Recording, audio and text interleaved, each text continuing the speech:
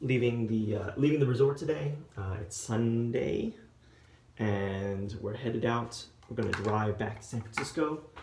Dan needs to be at the airport by 11:20 or so, and my flight's not till 4, so I'll be chilling at San Francisco airport, doing some work.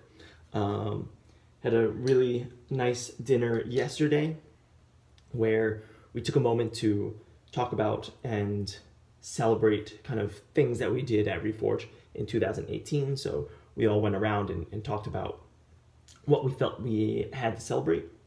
And it was a really good exercise because this is something that we're actually not good at, taking the time to pause and celebrate all the things we've done. And I think that one of the things that Buf brought up that resonated the most with everyone was this idea of clarity.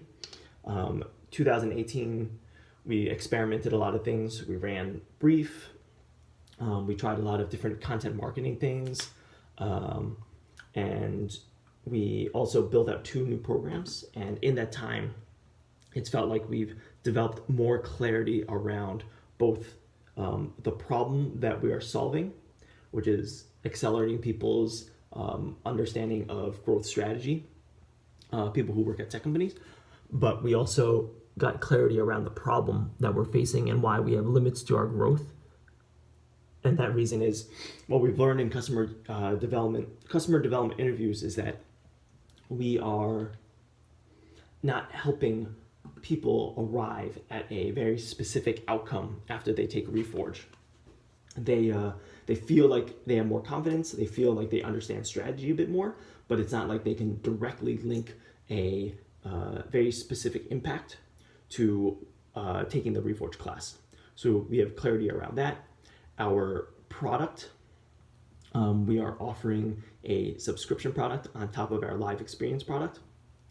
And with that, it feels like we're finally moving in the right direction as to creating a product line that has a higher ceiling than the ones that we currently have. And our marketing, we have really pulled back on a lot of content marketing and are focused on product marketing for our content.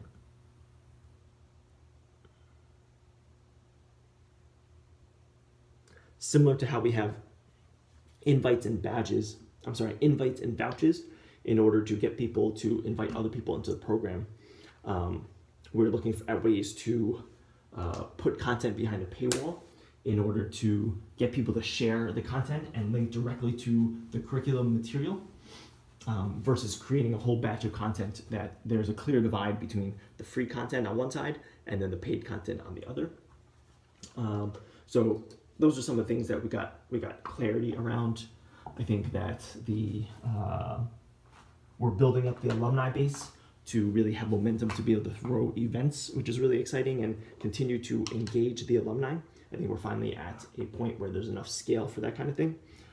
So it was just good to celebrate, to take a moment and celebrate all the things that we did in 2018. And this was a good trip.